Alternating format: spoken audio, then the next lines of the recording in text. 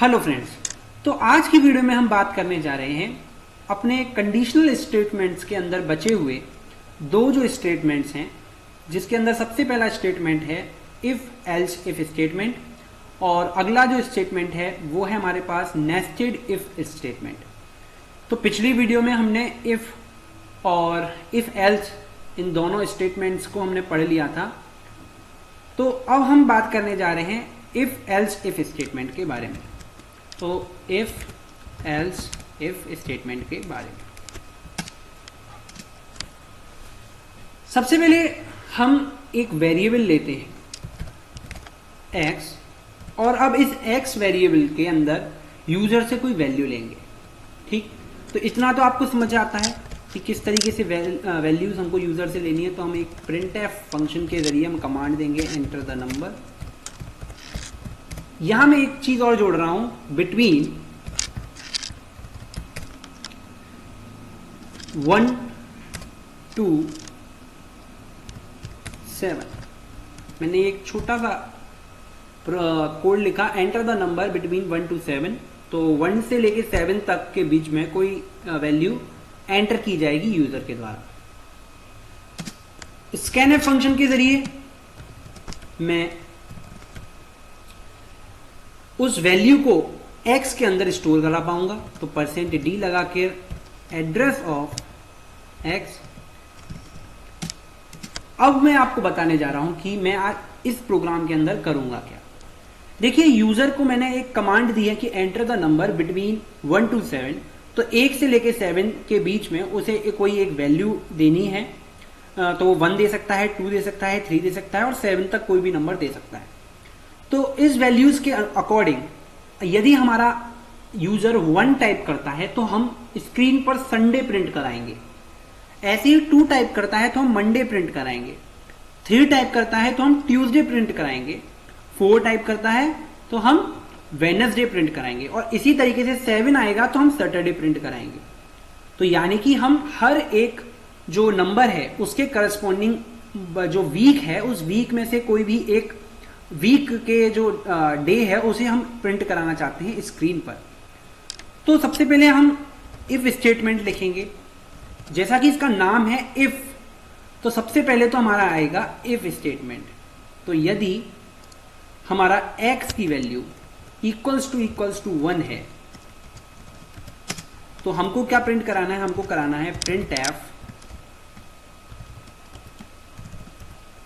Sunday. ठीक है, अब हम दोबारा से एक कंडीशन दे सकते हैं। यदि इफ x की वैल्यू इक्वल्स टू है 2 के, तो हम प्रिंट करा सकते हैं printf मंडे।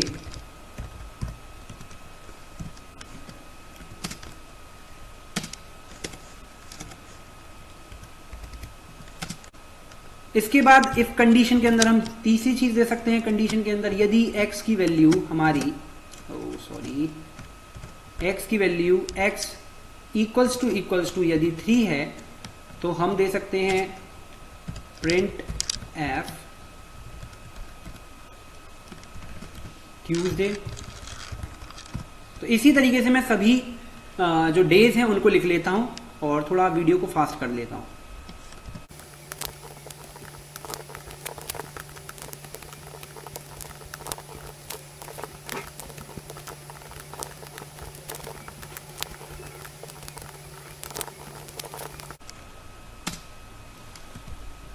तो देखिए, मैंने यहां तक सभी जो नंबर्स हैं उनके करस्पॉन्डिंग इफ स्टेटमेंट के अंदर जो वीक के जो डेज हैं उनको सभी को लिख लिया है। और यदि यूजर इन सभी नंबर्स के अलावा कोई और नंबर टाइप करता है तो वो मैं एल्स कंडीशन के अंदर लिख देता हूं। यदि इन सभी के अलावा कोई और इनपुट आता है जैसे कि 9 और 10, तो मैं यहां कमांड दे देता हूं printf रॉन्ग इनपुट। ठीक है, तो रॉन्ग इनपुट। तो मैंने ये कमांड दे दी यूजर के लिए कि यदि वो इन नंबर्स में से हटकर कोई और नंबर देता है तो रॉन्ग इनपुट मैसेज उसको शो कर दिया जाएगा। अब इसमें हो क्या रहा है, देखिए सबसे पहली चीज कि इंट x लिखने से वो जो वैल्यू थी वो x के अंदर आ गई। सबसे पहले वैल्यू चेक होगी, क्या x की वैल्यू 1 है, तो 1 होगी तो वो संडे प्रिंट कर देगा, और नहीं होगी तो वो दूसरी कंडीशन को चेक करेगा। लेकिन अगर कंडीशन ट्रू हो गई फिर भी वो दूसरी वैल्यू को चेक करेगा, क्योंकि ये इफ स्टेटमेंट है, एल्स स्टेटमेंट नहीं है। इफ स्टेटमेंट ये कह रहा है कि ये वैल्यू अगर सही है तो तब भी मेरे को इस वाली वैल्यू को चेक करना पड़ेगा, यानी कि कंपाइलर अभी भी हमारा प्रोग्राम इस वैल्यू को चेक करेगा। लेकिन हम चाहते हैं कि वो अगर हमको पहली ही कंडीशन में हमारी कंडीशन मीट कर जाए और वो इस कंडीशन को न चलाए, क्योंकि देखिए हर एक प्रोग्राम को हमको बनाना है फास्ट। जितना ज्यादा हमारा प्रोग्राम फास्ट होगा, जितना ज्यादा उसको कम रन करना पड़ेगा, उतना ही ज्यादा वो एफिशिएंट होगा, ही ज्यादा वो फास्ट हो जाएगा हमारा प्रोग्राम। तो उसके लिए अगर वो हर एक कंडीशन को चेक करता चले, क्योंकि अगर 1 हो गई वैल्यू तो इसका मतलब यह है कि वो वैल्यू 2 तो नहीं होने वाली, वो वैल्यू 3 तो नहीं होने वाली। तो अगर वो 1 ही हो गई या वो वैल्यू 2 ही हो गई तो इनमें से कोई और वैल्यू वो नहीं हो पाएगी। तो इसीलिए हम एक यहां पर स्टेटमेंट का इस्तेमाल करते हैं, इफ एल्स इफ स्टेटमेंट का। तो इसके अंदर हमें क्या लिखना पड़ता है, एल्स इफ। अगर ये कंडीशन हमारी ट्रू है, पहली कंडीशन, तो एल्स इफ वाली कंडीशन को वो एग्जीक्यूट नहीं करेगा, वो इसको स्किप कर देगा कंपाइलर, हमारा प्रोग्राम इसे एग्जीक्यूट नहीं करेगा। ऐसे ही हमें अगर हम सभी में एल्स इफ लगा दें तो क्या होगा, तो अगर ऊपर से सभी कंडीशन फॉल्स होते हुए आ रही हैं तो ये एल्स इफ वाली कंडीशन के अंदर जाएगा। लेकिन ऊपर से सभी कंडीशन फॉल्स होते हुए ट्रू होते हुए उनमें से एक भी कंडीशन ट्रू हो जाती है तो ये जो एल्स इफ वाले स्टेटमेंट हैं इन्हें हमारा कंपाइलर एग्जीक्यूट नहीं करेगा और स्किप कर देगा। आपको समझ में आई नहीं आई? इसका मतलब ये हुआ कि यदि जैसे ही इफ कंडीशन को अगर 1 था वैल्यू और 1 प्रिंट करके संडे प्रिंट कर दिया उसने, तो अगले ही जैसे स्टेप में जाएगा और एल्स इफ कंडीशन जैसी उसको दिखेगी तो वो इसको रन नहीं करेगा, वो इसको एग्जीक्यूट नहीं करेगा, वो इस कंडीशन को चेक ही नहीं करेगा। क्यों? क्योंकि पहली कंडीशन हमारी चेक हो गई और वो ट्रू है। अगर ये कंडीशन फॉल्स हो जाती है तो ये सेकंड वाले एल्स इफ स्टेटमेंट के अंदर जाएगा, कंडीशन चेक करेगा। अगर कंडीशन ट्रू हो गई यहां तो मंडे को प्रिंट कर देगा और मंडे को प्रिंट करने के बाद एल्स इफ वाले जितने भी स्टेटमेंट हैं नेक्स्ट उन्हें एग्जीक्यूट नहीं करेगा।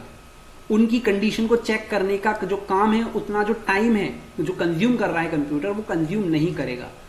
तो इससे क्या होगा, हमारा जो प्रोग्राम होगा वो फास्ट हो जाएगा। और सबसे लास्ट कंडीशन में हमने दे दिया है एल्स स्टेटमेंट।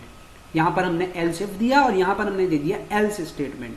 तो अगर इनमें से कोई भी कंडीशन मतलब फॉल्स हो जाती है, सारी कंडीशन फॉल्स होते हुए आ रही हैं, तो लास्ट में जाकर एल्स कंडीशन की रॉन्ग इनपुट है उसे प्रिंट कर देगा। तो जैसे कि अगर हम इसे रन करें तो 1 से लेके 7 तक हमको कोई वैल्यू देनी है, तो मैं दे देता हूं 6।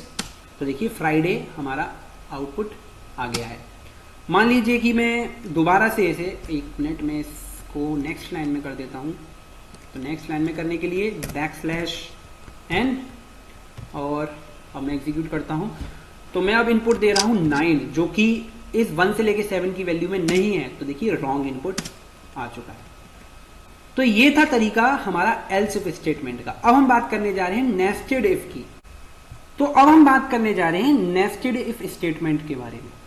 तो नेस्टेड इफ स्टेटमेंट के लिए मैं एक प्रोग्राम बनाऊंगा और उस प्रोग्राम के अंदर हम करेंगे इफ को एक इफ स्टेटमेंट के अंदर दूसरे इफ स्टेटमेंट को किस तरीके से हम यूज करेंगे, उसको हम नेस्टेड इफ, और कोई लोग इसे किसी बुक्स में इसे नेस्टेड इफ और नेस्टेड इफ एल्स स्टेटमेंट के रूप से भी जाना जाता है, और नेस्टेड इफ भी कह देते हैं, तो वो भी करेक्ट है। तो प्रिंट एफ कंडीशन के अंदर मैं लिखूंगा कि एंटर द नंबर। अब देखिए यूजर कोई नंबर एंटर करेगा तो उसे वेरिएबल में लूंगा। तो स्कैनएफ के जरिए मैंने %d लगाकर उसे वेरिएबल के अंदर स्टोर कर लिया। ठीक, अब सुनिए, नेस्टेड इफ कंडीशन के लिए मैं एक प्रोग्राम बनाने जा रहा हूं। इस प्रोग्राम में देखिए हम क्या करेंगे। इस प्रोग्राम के अंदर मैंने यूजर से कोई वैल्यू ली है। सबसे पहले मैं ये चेक करूंगा कि क्या वो यूजर की वैल्यू ऑड है या इवन है।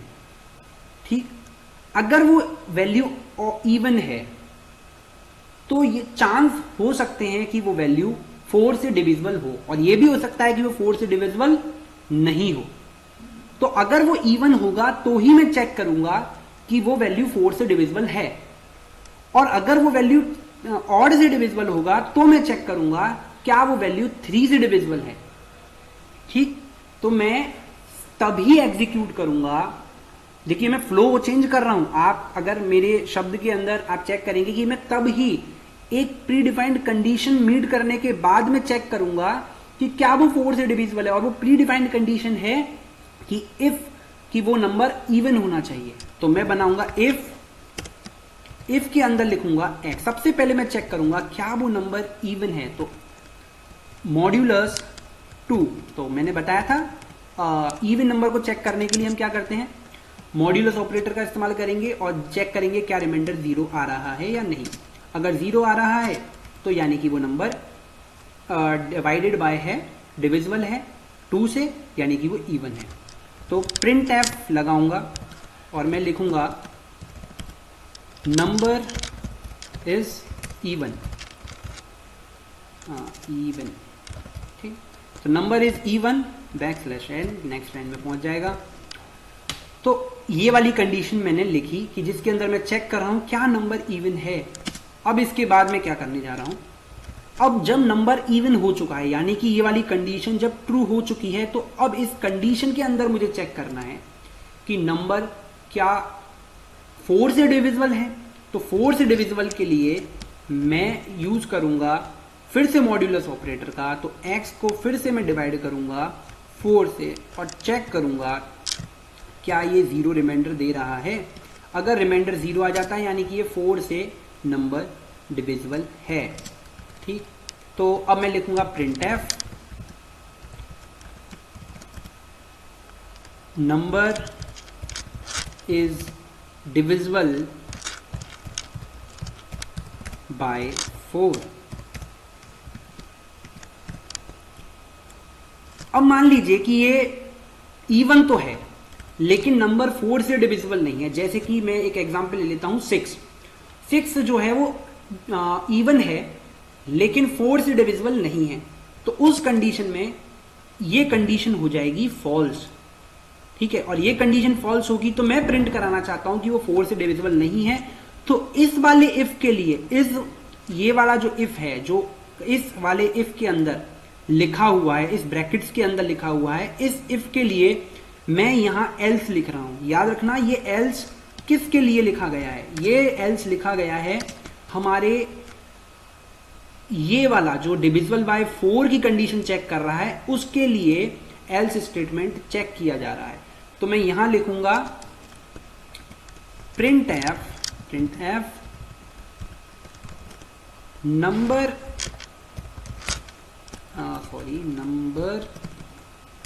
Is not divisible by 4।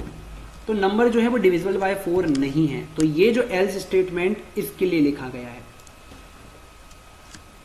अब देखिए ये वाला जो ब्रैकेट्स हैं, ये वाले दोनों ब्रैकेट इस एल्स स्टेटमेंट के लिए हैं, और ये वाले जो दोनों ब्रैकेट हैं ये वाले, ये इफ इस वाले स्टेटमेंट के लिए। अगर अब मान लीजिए मैं अब आगे कुछ लिखना चाह रहा हूं, मान लीजिए कि ये वाली कंडीशन हो जाती है फॉल्स, तो यानी कि वो नंबर क्या है 2 से डिविजिबल नहीं है। 2 से डिविजिबल नहीं है तो यानी कि वो ऑड है। तो ऑड के लिए मैं लिखूंगा एल्स। तो या तो वो नंबर इवन होगा या तो वो ऑड होगा। तो इफ कंडीशन के अंदर मैंने चेक किया क्या वो नंबर इवन है, तो वो नंबर इवन नहीं निकला। तो उसके लिए मैं इस एल्स स्टेटमेंट के अंदर लिख दूंगा print F number is odd. और अब मैं चेक करना चाहता हूं क्या वो जो नंबर ऑड है वो ऑड नंबर 3 से डिवाइड हो पाएगा। तो मैंने लिखा इफ कंडीशन के अंदर मैं लिखने जा रहा हूं क्या वो नंबर डिवाइडेड बाय 3 है, तो परसेंट, इसको थोड़ा सा नीचे कर लेते हैं, ठीक।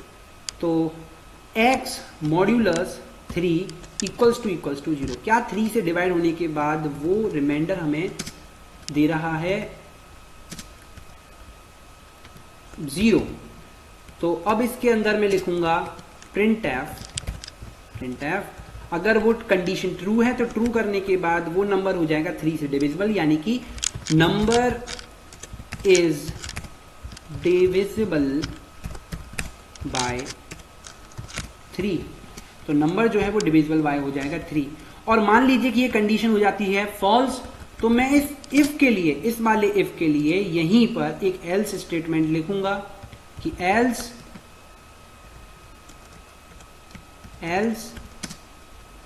प्रिंट एफ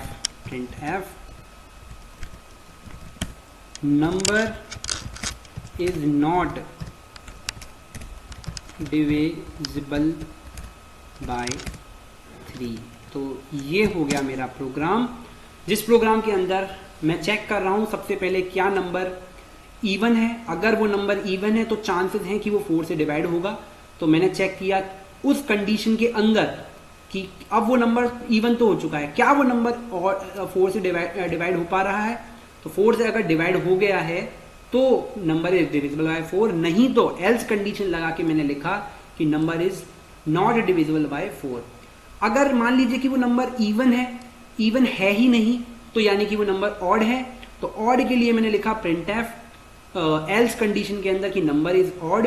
अब चेक करूंगा कि ऑड होने के बाद वो क्या वो नंबर 3 से डिविजिबल है। तो 3 से डिविजिबल होने के लिए उसको 3 से डिवाइड होने पे जो रिमाइंडर देना पड़ेगा वो देना पड़ेगा 0, जो कि वो दे रहा है। तो वो डिविजिबल बाय 3, नहीं तो उसके लिए इफ कंडीशन के लिए मैंने यहां लगाया एल्स कंडीशन, और एल्स कंडीशन के अंदर मैं लिख रहा हूं the number is not divisible by 3। तो ये था मेरा प्रोग्राम। इसे मैं एक मिनट रन करके देखते हैं। देखिए रन हो चुका है और मैं कोई नंबर लिखता हूं। लेट सपोज मैंने लिखा 6, तो 6 एक इवन नंबर है। इवन नंबर होने के कारण अब उसे देना चाहिए कि number is even but not divisible by 4। तो ये आएगा, देखिए number is even, number is not divisible by 4। ठीक है, तो नंबर इवन तो है लेकिन डिविजिबल बाय 4 नहीं है। तो ये था मेरा प्रोग्राम जिसके अंदर मैंने नेस्टेड इफ एल्स स्टेटमेंट का इस्तेमाल किया, और इससे पहले मैंने इफ एल्स स्टेटमेंट को भी समझाया। तो ये थे हमारे कंडीशनल स्टेटमेंट्स, और इसके बाद हम लूप्स के बारे में पढ़ेंगे। तो आज की वीडियो में बस इतना ही। Thank you.